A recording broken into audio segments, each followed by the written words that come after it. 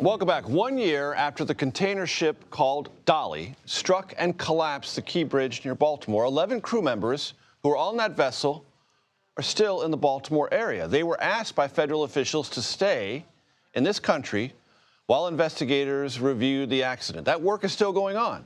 Now, fortunately for them, some groups in the Baltimore area have been looking after them, even as they wait to return home. One of those groups is led by Andrew Middleton. He is the director of Apostleship of the Sea, and I'm glad to say he joins me now.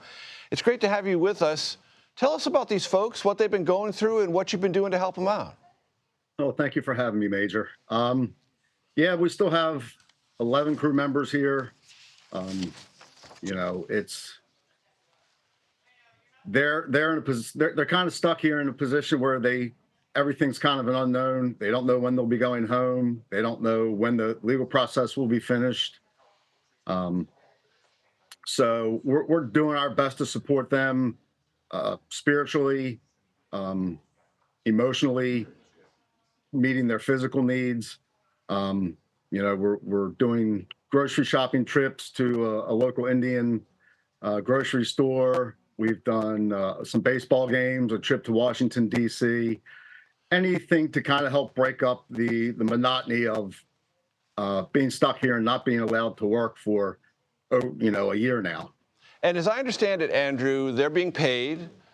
Their Yes. lodging is being covered by the shipping company. They're Yes. just, as you said, reasonably, understandably, kind of bored out of their skulls because there are questions to be asked and answered, but that doesn't happen all that often, and they're just waiting, right?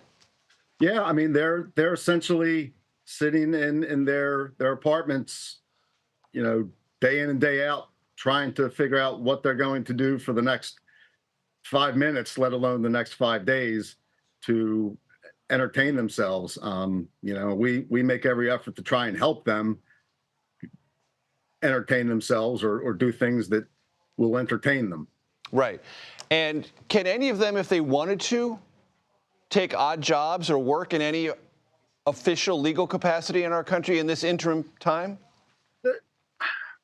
I don't know that they can because of their visa status. Mm-hmm. So, it's some of them have expressed an interest in getting a job while they're here. But their visas, I don't think, are the correct visas in order to be employed here. And Andrew, as I understand it, they are mostly Indians and one Sri Lankan. Correct me if I'm wrong on that, but all, or mostly all, huge cricket fans. And you've been sort of pulled into their cricketing fandom universe, right?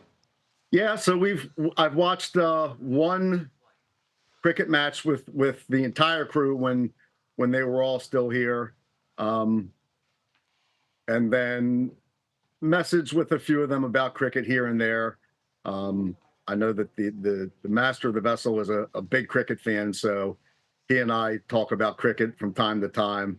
One of these days, I'll figure out the rules and be able to actually enjoy the game as opposed to trying to figure out the rules. But it's something that we can share in common.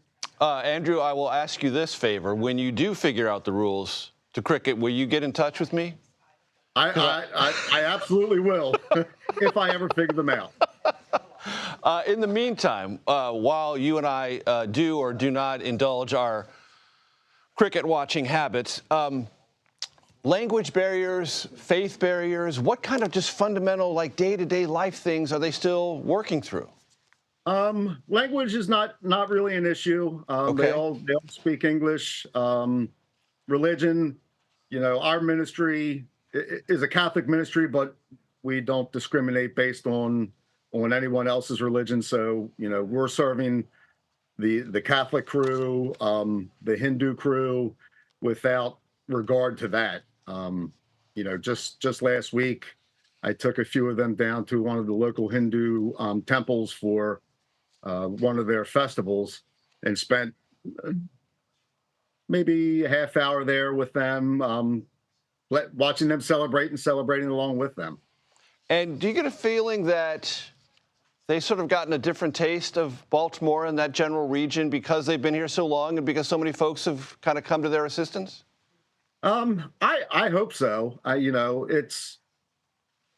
It's been their home for the last year, for better or for worse, and they seem to be learning as they go, and they're able to navigate themselves around to and from the grocery store and local shops and entertainment, to make life as normal as possible.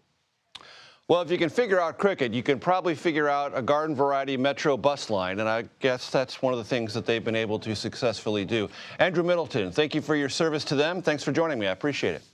Thank you. Have a nice night.